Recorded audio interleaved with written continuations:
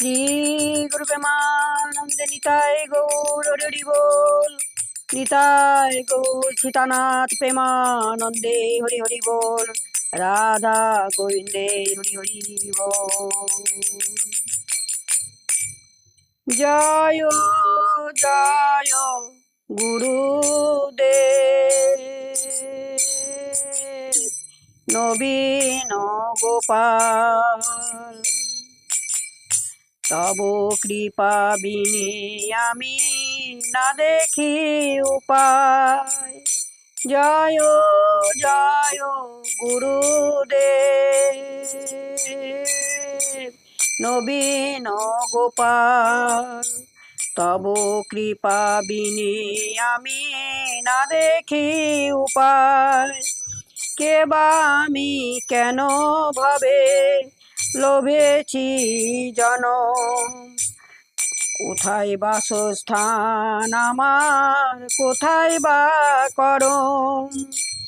কোথায় বা ছিলাম আমি, যাইব কোথায়। সদা মোরে রক্ষা করো তোমারও ছায়ায়। জ্ঞানেরও আলো জেলে তুমি ঘুচাইলে মোহ। পবিত্র করিলে প্রভু আমারে দেহ। তুমি মহি ক্ষুদ্র আমি সদাই তোমার দাস। অখণ্ড মণ্ডলাকারং ব্যাপ্তং রব চরাচরে। এসো আমার হৃদ মন্দিরে, করো আমার জ্ঞানালোকাধার। এসো আমার হৃদ মন্দিরে। জয় জয় গুরুদেব নবীন গোপাল। তব কৃপা বিনে আমি না দেখি উপায়। কর্ণে মন্ত্র দিয়া রক্ষা কবচ দানিলে। কেমনে বাঁধিব তাহা যতনে শিখাইলে।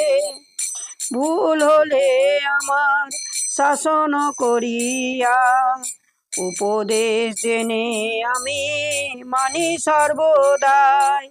জয় জয় গুরুদেব নবীন গোপাল।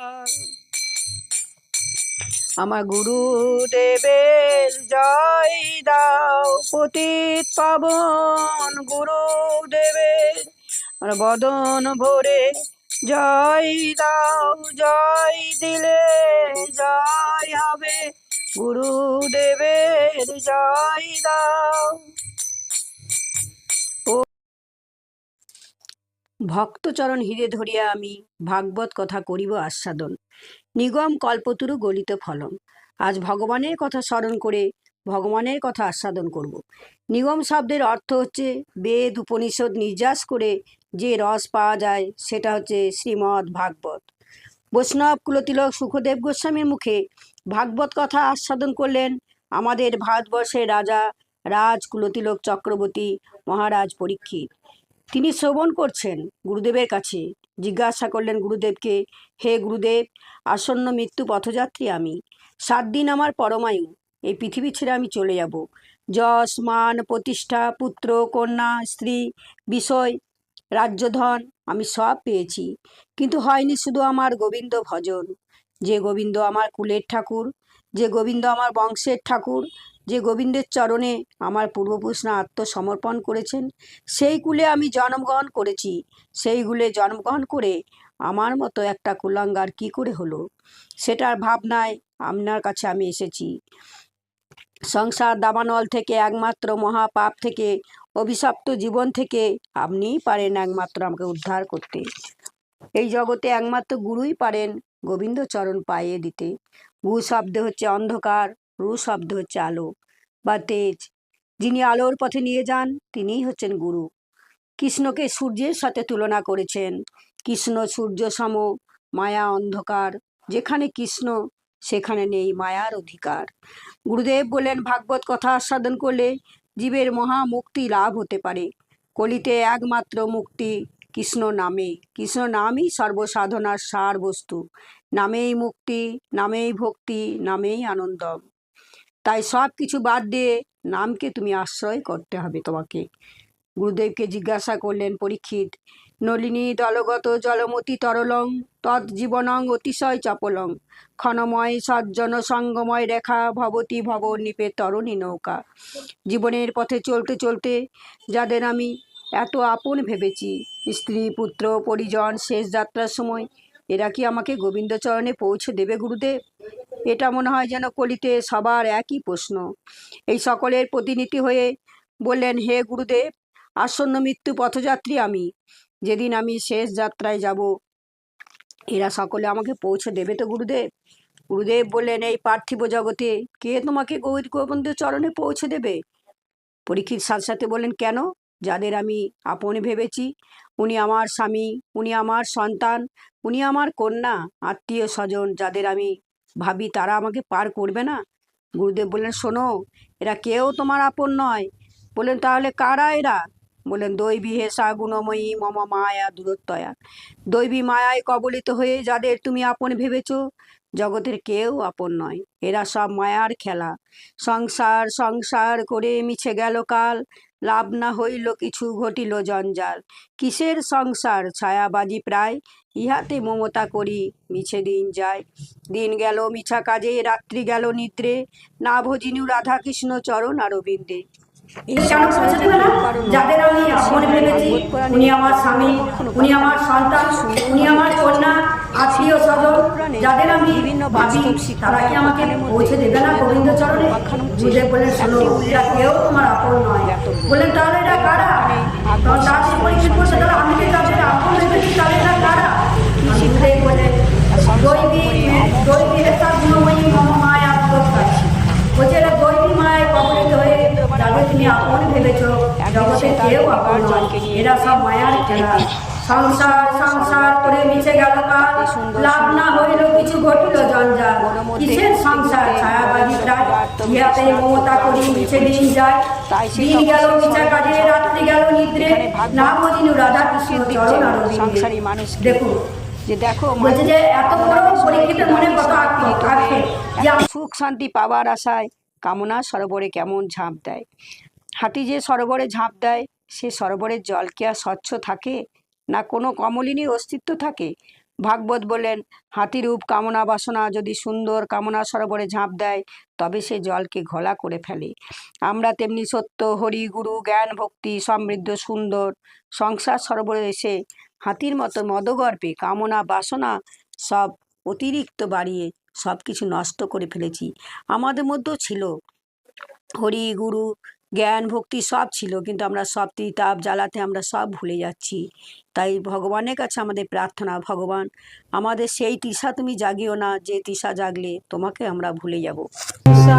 জাগিলে তোমারে হারাবো, সে তৃষা আমার জাগায়ও না।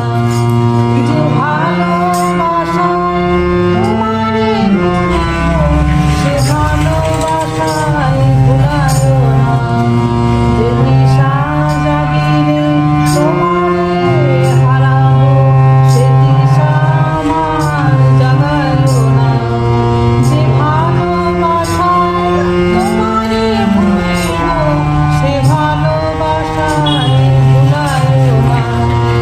যে জ্ঞানের দীপ তোমারে লুকায়, সে জ্ঞানের দীপ জ্বালায়ও না।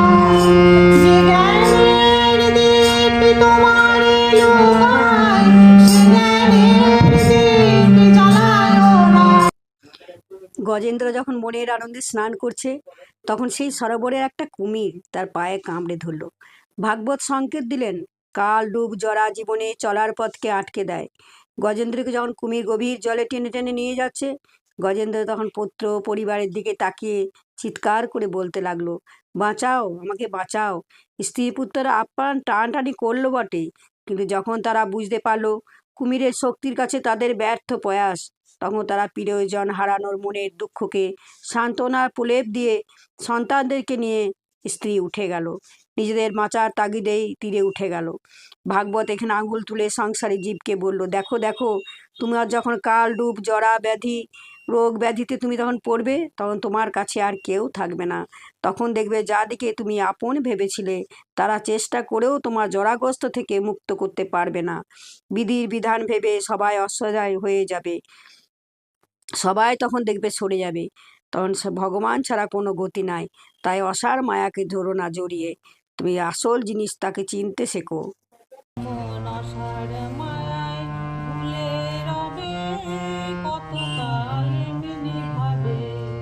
মন আশার মায়ায় ভুলে রবে, কতকাল এমনি ভাবে।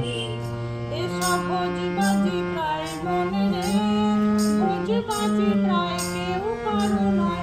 দেখতে দেখতে কোথায় যাবে, দেখতে দেখতে কোথায় যাবে, কতকাল এমনি ভাবে। ও মন আশার মায়ায় ভুলে রবে, কতকাল এমনি ভাবে। সুখের আশে দেশ বিদেশে ভ্রমিতেছ নিশি দিনে, সুখের আশে দেশ বিদেশে ভ্রমিতেছ নিশি দিনে। তবু হলো না সুখ মনে রে, হলো না সুখ, সবাই অসুখ। সুখের শেকড় চিনবি কবে, সুখের শেকড় চিনবি কবে, কতকাল এমনি ভাবে। যাদের এখন দিয়ে প্রাণধন করছো যতন আপন ভেবে, যেদিন পাবে আত্মা মনে রে, পাবে আত্মা সবই ফাঁকা। সঙ্গে তোমার কেউ না যাবে, সঙ্গে তোমার কেউ না যাবে, কতকাল এমনি ভাবে।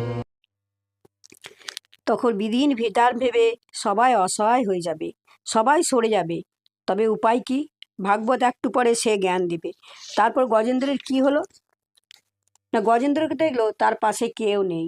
সে আপ্রাণ চেষ্টা করলো, কুমিরের সাথে যুদ্ধ করলো, কিন্তু পেরে উঠলো না।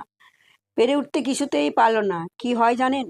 যখন সংসারের কামনা বাসনা যখন মোহ মায়ায় দাঁত দিয়ে একবার ধরে, তখন ভগবান ছাড়া আর কেউ উদ্ধার করতে পারে না।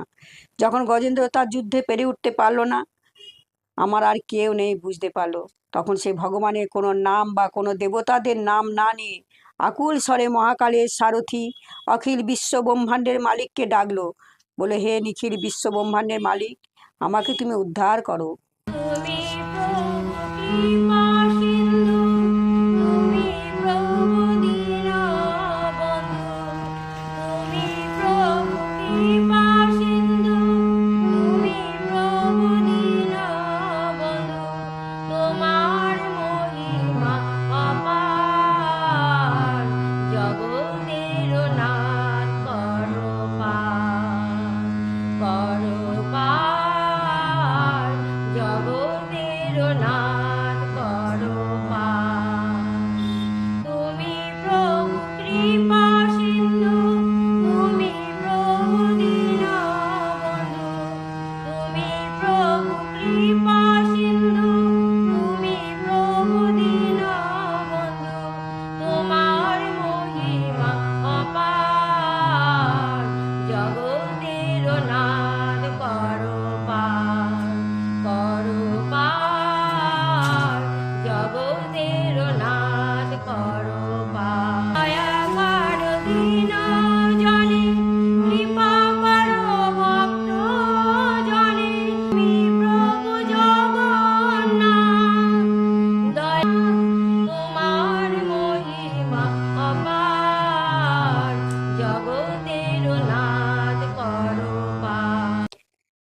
এখানে ভাগবত সংসারকে বলছে যে, দেখো, এই সংসার সরোবরে তোমাকে কালরূপী কুমিরে ধরেছে, মানে রোগ ব্যাধিতে তুমি যখন জরাজন্য হয়ে যাবে। যদি উদ্ধার পেতে চাও তবে তুমি গৌরনিতায়ের চরণ ধরো, ভাগবত চরণ ধরো। ভাগবত আরও বললেন, দেখো দেবতারা কত স্বার্থপর। গজেন্দ্রর বিপদ দেখেও তারা বললেন, আমাদের নাম ধরে তো সে ডাকেনি, তাই আমরাও তাকে উদ্ধার করতে যাব না। আর গজেন্দ্র যখন ডাকলো, হে অখিলেশ্বর, সর্বকারণের কারণ, তুমি আমাকে উদ্ধার করো, তখন শ্রী গোবিন্দ থাকতে না পেরে গরুর বাহনে বেরিয়ে পড়লেন। চিন্তা করলেন গরুর বাহনে গেলে দেরি হয়ে যেতে পারে, তাই পথের মধ্যে গরুরের পিঠ থেকে ঝাঁপ দিয়ে মুহূর্তে নেমে গজেন্দ্রের কাছে পৌঁছে গেলেন। এই হলো ভক্তবৎসল গোবিন্দ। আর সেই গোবিন্দকে আমরা ভুলে থাকি, সেই গোবিন্দ ভজন আমরা করি না, এটাই আমাদের দুঃখ। সেই গোবিন্দকে আমরা চিনতে পারলাম না। আমরা অসার মায়ায় মত্ত হয়ে, আমরা কামনা বাসনায় মত্ত হয়ে সংসারে আমরা মেতে রইলাম। যে আমাদের আসল, যে আমাদের জন্য জীবন দিয়ে দিতে পারে, তাকে আমরা একবারও চিনলাম না। তা ভক্তের জন্য ভগবান কি না করে।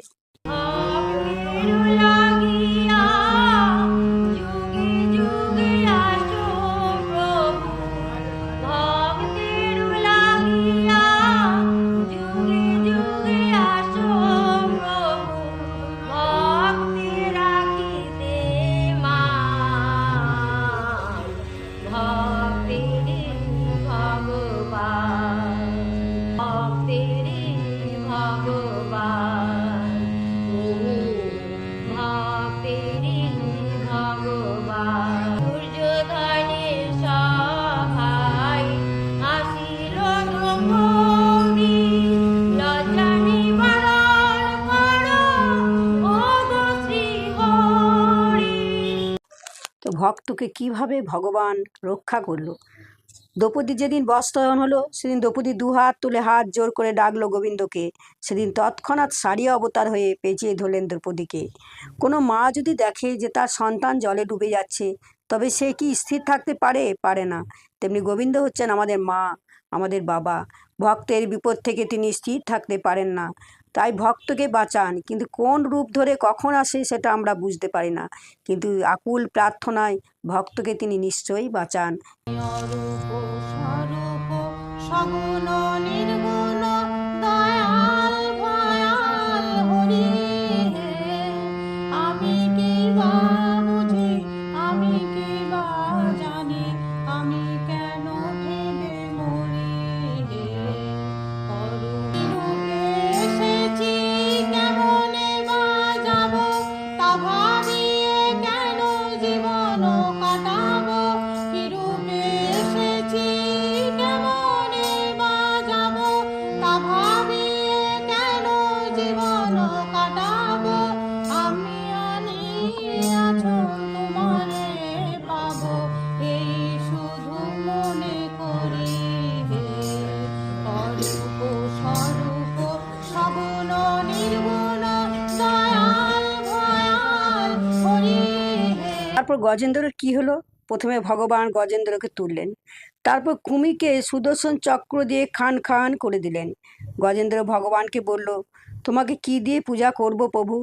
বৈকুণ্ঠের অধীশ্বরী লক্ষ্মীদেবী ভাবল, ভগবানের চরণে যদি কেউ কিছু দিতে চায়, তবে তার যোগান দেয়া তার দায়িত্ব। তাই লক্ষ্মীদেবী হাতে ছিল পদ্ম, সেটাকে গজেন্দ্রের সামনে ছুঁড়ে দিলেন। গজেন্দ্র সেই পদ্ম ফুলকে গোবিন্দ চরণে সমর্পণ করলো চোখের জলে, যে আমার কাছে তো কিছুই নেই, আমি তোমাকে কি দিয়ে দেখব গোবিন্দ, আমি তোমাকে কি দেবো?